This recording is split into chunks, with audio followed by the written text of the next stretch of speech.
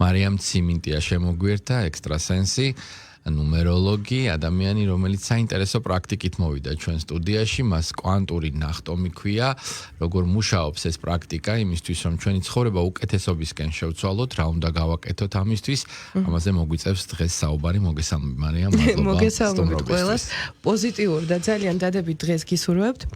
მეტი პოზიტივი ჩვენ და მეტი სიყვარული ჩვენ ყველას. ამას სულ ვითხოვთ, რომ მეტი პოზიტივი იყოს, მაგრამ ახლა როგორ უნდა გავაკეთოთ ეს შენ გვასწავლე.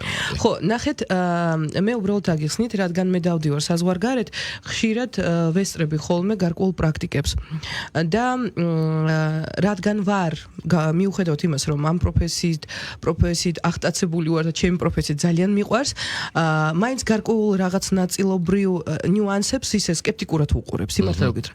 მანამ სანამ მე არ დავამტკიცებ, თუნდაც ფიზიკის კანონის პრინციპის მიხედვით, მე არ მჯერა. არ მჯერა რა, უნდა ვცადო და მე ვაკეთებ. ძალიან მჯერა კვანტური ფიზიკის, ძალიან მჯერა მეტოფიზიკის და აქედან გამომდინარე, ახლა რამოდენიმე თვის წინ ვიყავი საზღვარგარეთ, იყო 13. და ამ 13-ზე ძალიან ბევრი ესეთი მეცნიერი იმყოფებოდა, არ იყვნენ ეზოთერიკოსები, უბრალოდ ძალიან მაინტერესებს ისეთი ლექციები. მაგრამ ერთმა მეცნიერმა დაიწყო ესეთი საინტერესო ლექცია და მე პირადად მასაც გავესაუბრე და მოკლედ ამიხსნა ერთ-ერთი პრაქტიკა, რომლის პრინციპის მიხედვით ჩვენ შეგვიძლია შევცვალოთ ჩვენი მომავალი ისე როგორც გვინდა, ანუ უკეთესობისკენ, მოდით ასე ლაითად გეტყვით, მაგრამ მანამ სანამ ამ მეთოდს აგიხსნით, მე მინდა გითხრათ, რომ ყველა ადამიანის ტვინს აქვს თავისი სიხშირე და თავისი ვიბრაცია, ხო, მეგაჰერცები. აქედან გამომდინარე, ჩვენ ვატრანსლირებთ, როგორც რადიო, ეს ზუსტად ასე, ჩვენს აზრებს, ჩვენს ფიქრებს და ვაყალიბებთ გარკვეულ ენერგეტიკულ ველს. ეგ უკვე გასაგებია. და მეორე ის არის, რომ ჩვენი ტვინისთვის არ არის სხვაობა, როდესაც ჩვენ ვოცნებობთ და ვფიქრობთ, ან როდესაც რეალურად ვიღებთ გარკვეულ რაღაც პროცესებში ვართ, ხო, ან შედეგს. ანუ ერთი და იგივეა. აღიქვავს აბსოლუტურად. სიტყვაზე თქვენ გაიფიქრეთ უარყოფითზე, ან თქვენს თავზე ეძახით, რომ საშინელება, რა საშინელი პიროვნება ვარ, ან როგორ გავსუქთი, ან რაღაცა ისეთი. ან თქვენ შედეგს ზუსტად ასეთ შედეგს მიიღებთ, იმიტომ რომ ტვინი მაგას აღიქვავს რეალობად. ამ პრინციპზე არის დაფუძნებული კონკრეტულად ეს კვანტური გადახდომა, მაგრამ ასევე გეტყვით, რომ არის ისეთი თეორია, რომ ადამიანი, ჩვენი ინდივიდი, ჩვენი ენერგია ცხოვრობს ერთ-ერთ ვარიაციაში თავისი განზომილების, ერთ-ერთ ვარიაციაში. ჩვენნაირი, ჩემნაირი, შენნაირი და აი ხალხისნაირი ვარიაციები და მათი ცხოვრების ვარიაციები უსაზღვრო მილიარდამდე შეიძლება დავთვალოთ რეალობად, ესე გავშალოთ მარაოსავით. ანუ ამ კვანტური გადახდომის პრინციპის მიხედვით ჩვენ შეგვიძლია გადავიდეთ ამ რეალობიდან სხვა ალტერნატიულ რეალობაში. აი უფრო ადვილად რომ აგიხსნათ.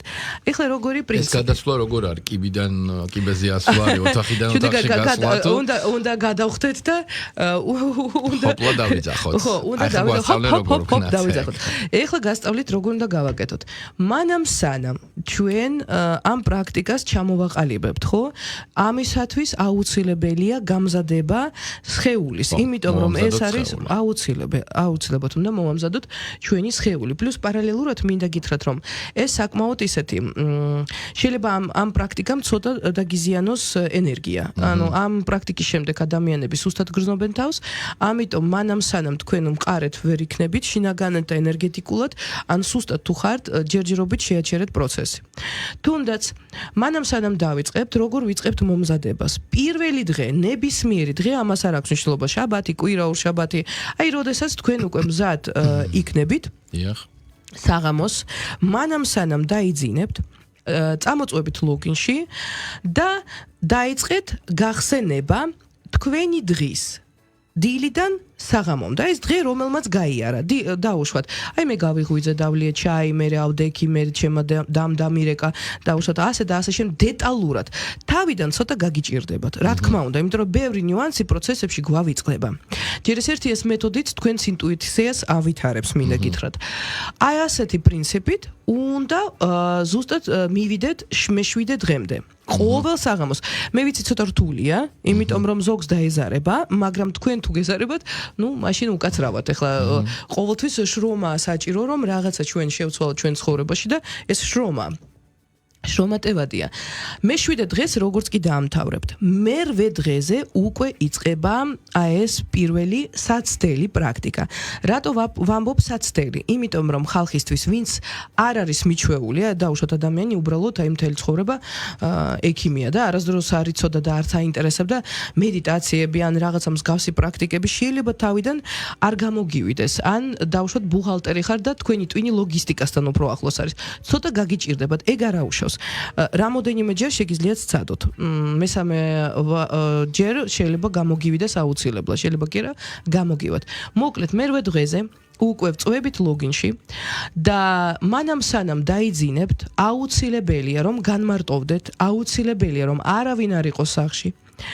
სახში რა ოთახში შემოსული და პრაქტიკის ჩატარების შემდეგ არავითარ შემთხვევაში არ შეიძლება ტელეფონი რო იყოს ჩართული ყურადღების გაფანტულობა რო გქონდეს ან რამეზე უცბად გადაიტანოთ ყურადღება ან ცხოველი ყავთ და უცბად შეგაწუხათ არა ჩათვალეთ წაიშალა ამიტომ განმარტოვება და სიმშვიდე და ამ 7 დღის განმავლობაში სასურველია არ მიიღოთ ხორცი და არ დალიოთ ალკოჰოლიური სასმელები, იმიტომ რომ ენერგია, ვიბრაცია მაღალი უნდა იყოს.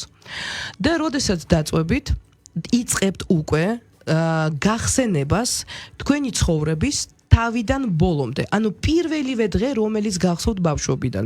აი სიტყვაზე მე არ ვამბობ ეხლა ძალიან ბევრი გამოდის. რამდენი უნდა გავიხსენო? მე არ გეუბნები დეტალურად. აი რაღაც ნაწილობრივ. აი ბავშვობა, მე ზრდასული ასაკი, თინეიჯერული ასაკი, ხო, საეტაპო, ანუ ხო, რაღაც მომენტები. აი ამ წერტილამდე რომ მიხვალთ, დაუშვათ 35 წლის ხარ და 35 წლამდე მიხვედით უკვე ამ დღემდე. всё, გაიხსენეთ. მე ვიხსენებთ წარსულში გარკვეულ სიტუაციას ან ნიუანს, რომელზეც ჩვენ გვინდა რომ ვთქვათ უარი.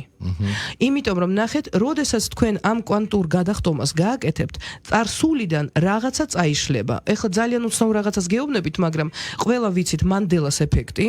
აი, როდესაც ყველა იცის დაუშვათ რაღაცა ფაქტი, რომელიც ამ რეალობაში აღარ არსებობს. სიტყვაზე კენედიზე იყო, სხვათა შორის ნათქვამი, რომ 4 ადამიანი მანქანაში იჯდა და თურმე 6 ადამიანი უკვე ზის, ანუ ყველას ახსოვდა 4 ადამიანი. აი დაახლოებით მსგავსი რაღაცა დაგემართებათ. რაზე იტყოდით უარი? აი დაუშვათ გაიხსენეთ რომ არ ვიცი ვიღაცა მეგობარი ყავდათ ბავშვობაში და ამაზე ამბობთ უარს. აი ეს აღარ არსებობს ჩემს ცხოვრებაში. მოკლედ, უნდა შევანაცვლოთ. რაღაცა უნდა გაუშვათ, რაღაცა უნდა მივიღოთ. როდესაც უკვე ამას გავაკეთებთ, აზრის ჩამოყალიბება. უნდა გავაკეთოთ აზრის ჩამოყალიბება ერთი სურვილის, იმიტომ რომ არავითარ შემთხვევაში, ეხლა ზოგმა რო იცის, აი მე ესეც მინდა, ესეც მინდა. აი ხო, აი კიდე ბარემ აი ესეც დავამატოთ, არა ჩვენებმა რო იციან, ხალხმა არავითარ შემთხვევაში. ერთი კონკრეტული სურვილი. და როდესაც ჩამოყალიბებთ ამ სურვილს, მე რას აკეთებთ? მე წინა, ანუ 10 წელი, რომელიც გელოდებათ, ანუ რომელიც მომავალშია, ხო, უნდა ჩვენთვის დავწეროთ. უკვე ამ სურვილის ასრულების შემდეგ რა შედეგს მივიღებ. და ეს უნდა შეიგრძნოთ ყველაფერი თავიდან ბოლომდე. აი მე მივიღე ეს შედეგი. დაუშვათ თქვენ სავარაუდოდ შეგიძლიათ კონკრეტული თარიღის თქვენი თავისთვის თქვათ, აი სიტყვაზე ეხლა დღეს თუ ამ კვირის განმავლობაში გააკეთებთ, აპრილში იწყება ანუ ჩემი სურვილის ასრულება და 2027 წლამდე აი ესე ვიქნები. ეს სურვილი დაუშვათ აი თქვენ ოცნებობთ ადამიანზე, ეს ადამიანი ჩემ ცხოვრებაში რომ მოვა, მე მას გავყვებით სოლად, მე მინდა რომ თქვენ დახატოთ კონკრეტულად მე როგორი შვილები გეყოლებათ, როგორი რაღაცა 10 წელი, აი 10 წელი. ამ ფიქრით და ამ აზრით უნდა დაიძინოთ. და დილით როდესაც გაიღვიძებთ, თუ სწორად გაქვთ ყველაფერი გაკეთებული, მე მინდა გითხრათ, რომ უკვე წამოვა ცვლილებები და თქვენ ჩათვალეთ ნახტომი გაქვთ გაკეთებული. მაგრამ მეორე დღეს შესაძლებელია ოდნა თავის ტკივილი, მე გაფრთხილებთ, იმიტომ რომ სავარაუდოდ გასაფრთხილებელები ხართ ამ შემთხვევაში, თავის ტკივილი ზოგს აქვს თავრუს ხვევა, ან ცოტა ოდნავ გულის რევის შეგრძნება, იმიტომ რომ ეს აი რა იწვევს ამ სიმპტომებს? ტვინი, ანუ ამ დროს კონკრეტულად აი ისეთი ნეირონების მოძრაობა ხდება twinში, ხო, გონებაში და გამოსხივება დღის განმავლობაში ისეთი რომ ამგვარი ვთქვათ მდგომარეობა მოდი უბრალოდ აგიხსნი მარტივი სიტყვით დეპროგრამირება ჩვენი თავის დეპროგრამირება ყველა ადამიანს ხო აქვს გარკვეული პროგრამა როდესაც მოდის ამ ცხოვრებაში და გარკვეული სიტუაციების გამო ამ ცხოვრებაში ჩვენ უკვე თვითონ ჩვენს თავსაც ვაპროგრამირებთ აი სიტყვაზე რო გითხრა რომ ეხლა მე მაქვს ვთქვათ $100,000 და მინდა რომ გაჩუქო შენ გაგიხარდება მაგრამ ისეთი პროგრამა გაქვს, შენ მაინც გეცოდინება შანსი არ არის, მაგრამ $100,000 არ მომწევს. ანუ ეგ მომენტები გვაქვს ჩვენ, რაღაცა კარდონები. აი ჩვენ ვტეხავთ ამ კარდონებს და დეპროგრამირებას ვუკეთებთ ჩვენს თავს, რომ მივიზიდოთ კონკრეტული რეალობა. აი მე მინდა გითხრათ აი ჩემი გამოცდილებიდან გამომდინარე, ადრე მქონდა გაკეთებული ეს მეთოდი და პირველად მქონდა სხვათა შორის დიდი ხნის წინ და აი ბოლო რომელიც გავაკეთე რა თქმა უნდა მე პრაქტიკოსი ვარ და მე ცოტა სხვანაირად გავდივარ ხო ამ პროცესებში თუნდაც ღამის 12 საათზე პრაქტიკა გავაკეთე თვალები დავხუჭე და მე მინდა გითხრათ როგორი შოკი მქონდა როდესაც თვალების გახელვის დროს მე მქონდა თავბრუსხოვი რაღაცნაირად გაბრუებული ვიყავი ვიჯექი უკვე მაგიდასთან ყავით ხელში და ეხლა მე თქვენ ისეთ სიტუაციას გეუბნებით რომელმაც აი ისეთ შოკში ჩამაგდო პირველჯერად და დედა ჩემი მესაუბრება და მე ესეთი შოკი მდგომარეობა მქონდა, რას ვაკეთებ თქო, ან დედა ჩემმა მითხრა, რომ უკვე დილა, შენ ადექი იბანავე და ეხლა ვსვავ ყავას. და მივხვდი, რომ რაღაცა მოხდა, რომ ეს ნაწყვეტი, ესეთ როგორ ავდექი, რა არ მახსოვდა. მთელი ერთი კვირა თავის ტკივილები მქონდა, საკმაოდ, მე და ჩემ ადამ გავაკეთეთ ეს ნახტომი. უბრალოდ ესეთი საცდელად, ეს სხვა ვარიანტი, რომ მე სხვა ვარიანტებიც ვიცი. აი ამ პროფესორმა რაც გითხრა და მინდა გითხრათ აი ესეთი შოკური მდგომარეობა რომელშიც ჩვენ ჩავარდით კოლმეურნეობის მოედანზე არკაში რო შედიხართ უბრალოდ ვინც იცის თბილისი ხო მარჯვენა მხარეს იყო ყოველთვის სარდაფი სადაც ჩვენ დავდიოდით ტრენაჟორებზე ადრე 7 წლის განმავლობაში ეს არ არის პატარა დრო ეს არ არის ერთხელ ორჯერ ერთი წელი 7 წელი მე და ჩემი და ადგილი კარგად ვიცით და ერთხელ ესე წამოვედით მანქანით გავაჩერე მანქანა გამოვედით და რაღაცა გვინდო და რაღაცის ყიდვა და მოდი ნახოთო ანუ სად არის ეს დარბაზი ადრე აქ დავდიოდით ხო გახსოვსო და საქმე იმაშია რომ მივედით და ეს დარბაზი აღარ არსებობს. სახლი ისევ ძველია, არაფერი არ არის ქვემოთ, არანაირი სარდაფი, აბსოლუტურად არაფერი არ არის. ანუ არც ფანჯარა ხო არის, აი დაუშვათ გაჯიც აუსვან, ანუ დახურონეს, არაფერი. სად გაქრა? არ ვიცი, აი მაგაშია საქმე რომ ამ რეალობაში ეხლა ძალიან სკეპტიკოსები იტყვიან, აუ, კაი რა, მაგრამ მართლა მასეა არ არსებობდა. მისამართი ხო შეგეშალა. მისამართი არაფერი არ შეგეშალა, ეს არის ზუსტად ეს მისამართი და გავაჩერეთ ერთი ადამიანი, რომელიც იქ ცხოვრობდა და შევეკითხეთ, რომ უკაცრავად აქ ანუ ბაბუა იყო. არა, იყო სარდაფიდან, არა შვილო, აქ არასდროს ეგეთი რაღაც არ ყოფილა. და ჩვენ ვიდექით ერთი 15 წუთი, აი მე ესეთი შოკი მქონდა ოფრალმაც დამასხაით, რომ აი არა არსებული, აი ხო გეუბნებით, ცოტა რეალისტიც ვარ, ანუ მე ჯერა ენერგიის, აი თუნდაც ტელეკინეზის რაღაცა კუთხით, აი ჯერა აი რაღაცანი პროცესების, მაგრამ ასეთი ფაქტი ცხადეთ რომ დაგემართება ეს უკვე შოკი. კარგი, დაუშვათ მარტო მე, მაგრამ ჩემი დაც, რომელიც არის მწარე რეალისტი, ისეთ შოკში ჩავარდა. ერთი დღე ვერ ვესაუბრებოდით ერთმანეთს და ვერაფერი ვერ გავიგეთ. მე ამ ადამიანის ტრენერის Facebook გვერდიც ქონდა ორივეს და ვერ ვიპოვეთ. ანუ ფაქტობრივად იქ გავაკეთეთ გადახტომა, სადაც ამ რეალობაში ეგ არ არსებობდა წარსულში. სავარაუდოდ წაგვიღეს აი ეს, მაგრამ მინდა გითხრათ, რომ ბევრი კითხვა სიტყვაზე ამ ნახტომის შემდეგ, ხო, არის თუ არა შედეგი მიიღე თუ არა მივიღე შედეგი და მე მაქვს ეს შედეგი ეხლა. ისე მივიღე შედეგი, რომ 3 დღის შემდეგ მე უკვე მაქვს ის, რაზეც კონკრეტულად ჩამოვაყალიბე ჩემი აზრი. რა მიზანიც გქონდა რა თქმა უნდა, უბრალოდ მე არ შემიძლია რაღაცა დეტალებზე ვისაუბრო, იმიტომ რომ სპირაცია ხება, მაგრამ საქმე იმაშია, რომ შედეგი არის. ძალიან კარგი.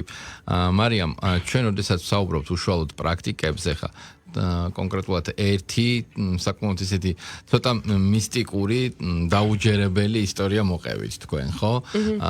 რეალურ შემთხვევაში მე ხშირად მსმენია ხოლმე თქვენგან, თქვენი კოლეგებისგან, რომ პარალელური განზომილებაა, ასე ვთქვათ, სადაც ცხოვრობთ. ხო, ეს ერთგვარი მატრიცა, სადაც დრო არ არსებობს, უბრალოდ ჩვენ კაცობრიობა გვესმის, ჩვენი გონება, ჩვენი ვთქვათ, მეხსიერება ეს რაც მოგდევს განსაზღვრავს და არქმევს მას თავის სახელს.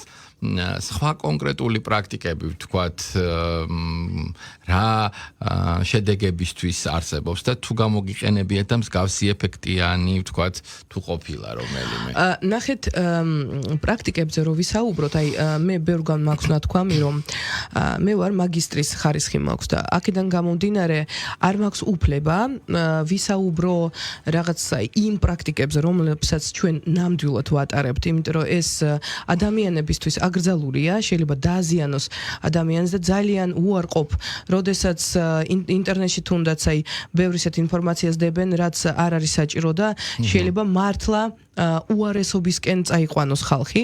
თუნდაც მიჩვეული ვარ იმ პროცესებს, რომ როდესაც ჩვენ ვაწვდით ინფორმაციას ენერგიებზე და პრაქტიკებზე, რეალურ პრაქტიკებზე, ხო, ადამიანები ცოტა ისე იღებენ. მაგრამ როდესაც ჩვენ ვლაპარაკობთ ცოტა ისეთ პაპსა თემებზე, დავარქვათ, ხო, აიღეს სანთელი ეს ძალიან მარტივი, ხალხი უფრო კარგად ამას იღებს. თუნდაც რა პრაქტიკებს ვატარებთ ჩვენ, მაგას ნამდვილად ვერ გეტყვით, მაგრამ თუ დაუშვათ დაინტერესებული ხართ, მე შემიძლია ესეთი ლაითი ვერსიები მოგაწოდოთ, მსუბუქი, ხო, ვერსიები მოგაწოდოთ პრაქტიკების, რომლის ჩატარება შესაძლებელია ყველა ადამიანისთვის, რომელიც არ იქნება ხო, რა თქმა უნდა, კი, იმიტომ რომ სხვა შემთხვევაში შესაძლებელია ნევრულ სისტემას დაარტყას ან რაღაც ცხოვრებაში რამე ცოტა ცუდი მოვლენები გამოიწვიოს.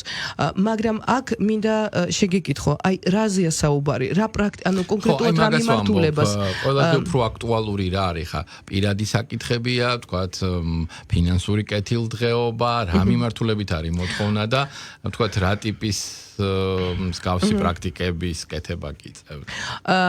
ანუ საქმე იმაშია, რომ ყველაზე მოთხოვნადია ხალხისთვის ეხლა ფინანსები და მეორე ადგილზე, სამწუხაროდ მეორე ადგილზე დგას სიყვარული.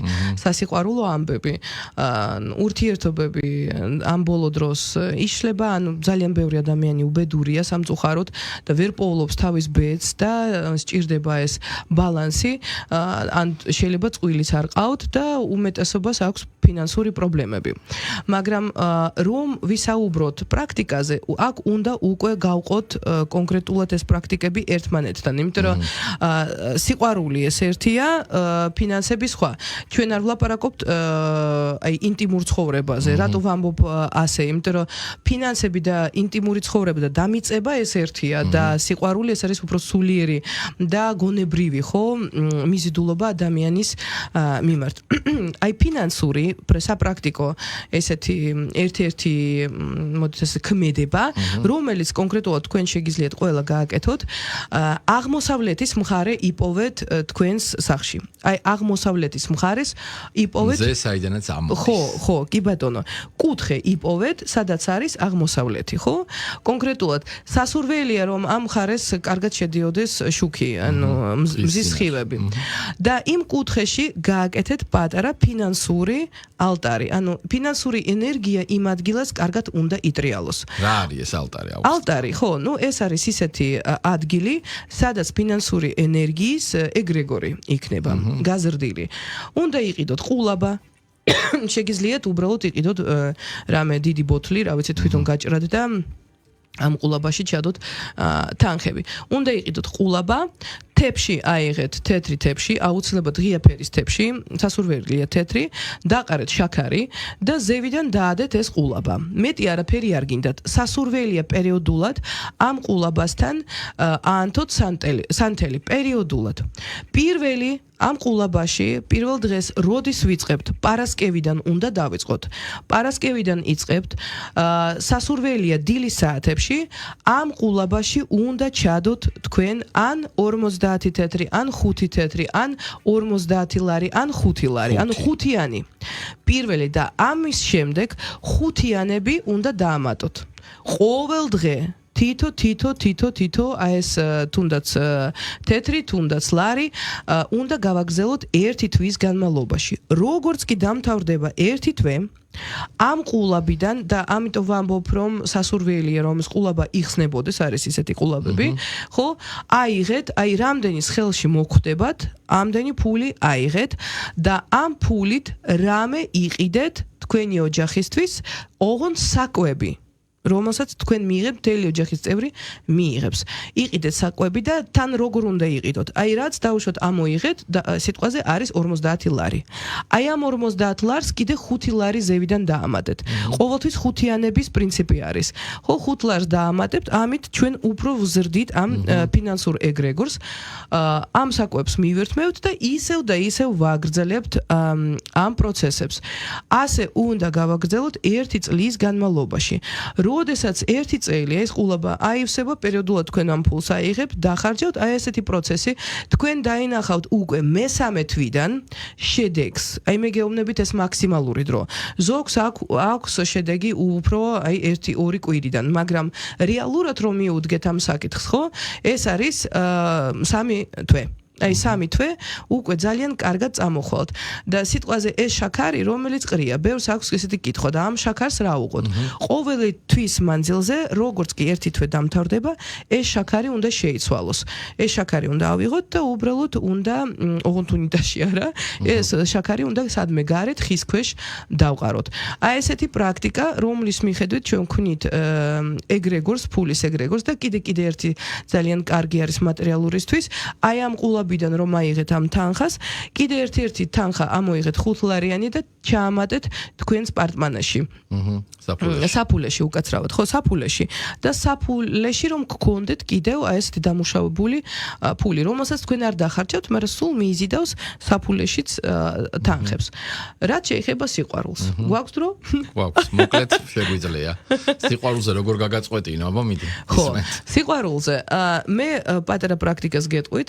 უნდა ავიღოთ თებში, ამ თებში უნდა დავყაროთ ისევ შაქარი და თებში უნდა შუაში შევარჭოთ ესეთი წითელი სანთელი, 1 ცალი. ამ სანთელზე უნდა ვერტიკალურად დავწეროთ ვიზი და სიყვარულს.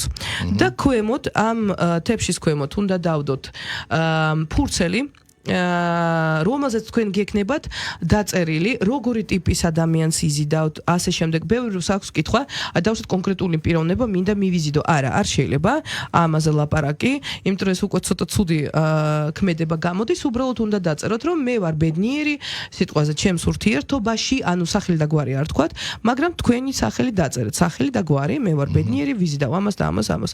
და ოღონდ სახით ზევით, ანუ წერილობით ზევით უნდა იყოს, ზევიდან უნდა იყოს თებში, თებში შაქარი და სანთელი. სანთელი ავანთოთ, ეს უნდა გავაკეთოთ ღამის 12 საათზე. ავანთოთ სანთელი 100-ით და უნდა გამოთქვათ, რომ როგორც კი დაიწყება სანთელი, მოვიდეს ჩემს ცხოვრებაში ის, რაც მე ჩავიფიქრე. მანამ სანამ სანთელი დაიწყება, ეს ფურცელი უნდა ამოიღოთ, დაწყოთ ბოლომდე და ფერფლი უნდა გავუშვოთ ფანჯრიდან და ეს შაქარი, რომელიც დაგრჩებათ, კვირის განმავლობაში რა შაქარს თუ არ ჭამთ, საჭმელში საკვებში დაამატეთ, უნდა მიირთოთ მარტო თქვენ. და ეს წითელი ცვილი, რაც დარჩება, ხო, სანთლის დამდანარი სანთელი და თებში, უბრალოდ დადეთ ჯერ ლოგინის ქვეშ, ან ლოგინთან ცოტა ხანი და მერე შეგიძლიათ გაატანოთ, უკვე გაიტანოთ და დადოთ ხის ქვეშ, ან სადმე ბუნებაში. ბუნებას გაატანოთ, იმიტომ რომ არავითარ შემთხვევაში არ შეიძლება, ვთქვათ, სანაგვეში ან ესე გადაყრა. კი ბატონო, მოკლედ ეს პრაქტიკები თქვენ უკვე გაქვთ, თუ გაინტერესებთ, თუ გჭირდებათ, გამოიყენეთ. მარიამს მადლობა უთხრათ.